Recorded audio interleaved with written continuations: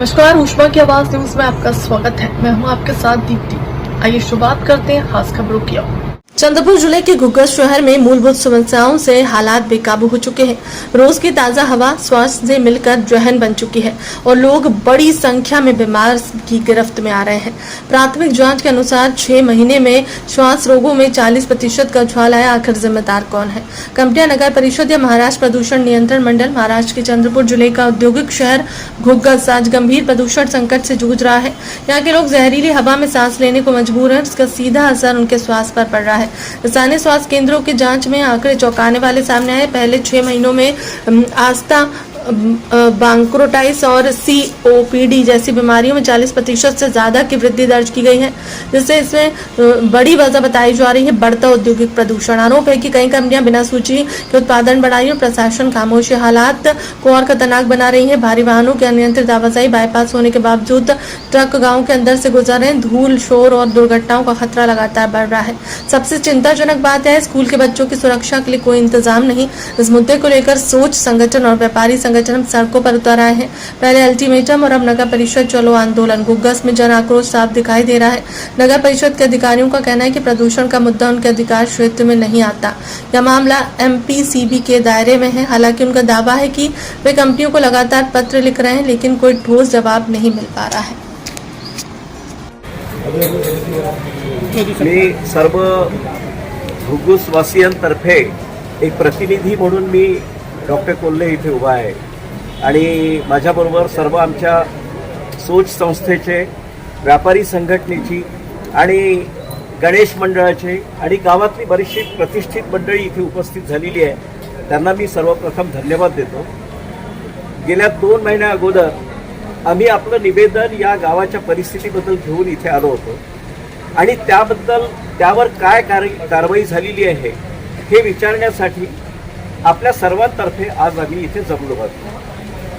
आणि आत्ताच थोड्या वेळापूर्वी माननीय जनप्रतिनिधी, नगराध्यक्ष महोदया आणि उपनगराध्यक्ष आणि या गावचे CO साहेब, चीफ ऑफिसर, त्यांच्याबरोबर सुद्धा बरीच चर्चा झाली. काही त्या चर्चेमधून बरंच काही निष्फळ झालेलं आहे असं आज तरी मला वाटतंय आणि मी अशी आशा सुद्धा करतोय त्यांच्याकडून. कारण आम्ही त्यांना सर्वांना निवडून दिलेलं आहे, त्यामुळे आमचे प्रतिनिधी ते आहेत आणि आमचे मुद्दे, आमचे प्रश्न सोडवण्यासाठी त्यांनी समोर येणं खूप आवश्यक आहे. हे कुठल्या पक्षाचं काम नाही, सर्व पक्षांच्या प्रतिनिधींकडून ही अपेक्षा आहे आणि त्यामुळे बऱ्याच आशा घेऊन आज आम्ही इथे आलो. आपल्याला सर्वांना माहीत आहे की घुग्गुसचं सर्वात मोठं जर विदारक सत्य असेल तर हे प्रदूषण आहे. आणि आपलं गाव पूर्वीपासनं गेल्या 60-70-100 वर्षापासून कोळसा खाणींनी, सिमेंट मिल्सनी वेढलेलं होतं. परंतु आपण सर्वांना हे माहीत आहे, जी सिनियर मंडळी आहे गावातली, ते पासून आजपर्यंत सर्वांना हे माहीत आहे की गेल्या 10-15 वर्षामध्ये या गावाचं प्रदूषण खूप वाढलेलं आहे आणि ती कितीतरी पटींनी वाढलेलं आहे आणि जे आता सहनशक्तीच्या पलीकडे गेलेलं आहे. हा नुसता जिव्हाळ्याचा प्रश्न नाही, हा आपल्या जीवन मरणाचा प्रश्न आहे. एक डॉक्टर म्हणून मी अधिकारवाणीने हे सांगू शकतो की गेल्या 2-2.5 वर्षापासून जी धूळ ह्या सर्व गिरण्या ओकत आहेत, तर त्याच्यामुळे लहान मुलांपासून 1 वर्षाच्या मुलापासून 90 वर्षाच्या म्हाताऱ्यांपर्यंत त्यांच्या आजारांमध्ये वाढ झालेली आहे. कॅन्सर सारख्या दुर्धर रोगांमध्ये वाढ झालेली आहे, TB मध्ये वाढ झालेली आहे, न्यूमोनियामध्ये वाढ झालेली आहे. श्वसनाचे जितके काही रोग आहेत, सर्व प्रकारचं माहेरघर म्हणून आज आपण घुग्गुसला ओळखू शकतो. म्हणजे प्रत्येक गावाची ओळख कुठल्या तरी चांगल्या कारणासाठी होत असते. मुंबईची ओळख आहे, नागपूरची ओळख आहे, चंद्रपूरची ओळख आहे. चंद्रपूरची ओळख कमीत कमी ताडोबामुळे आहे. आज आमच्याजवळ अभिमानाने सांगण्यालायक काय आहे हे सांगा. माझा तुम्हाला प्रश्न आहे, सर्व नागरिकांना.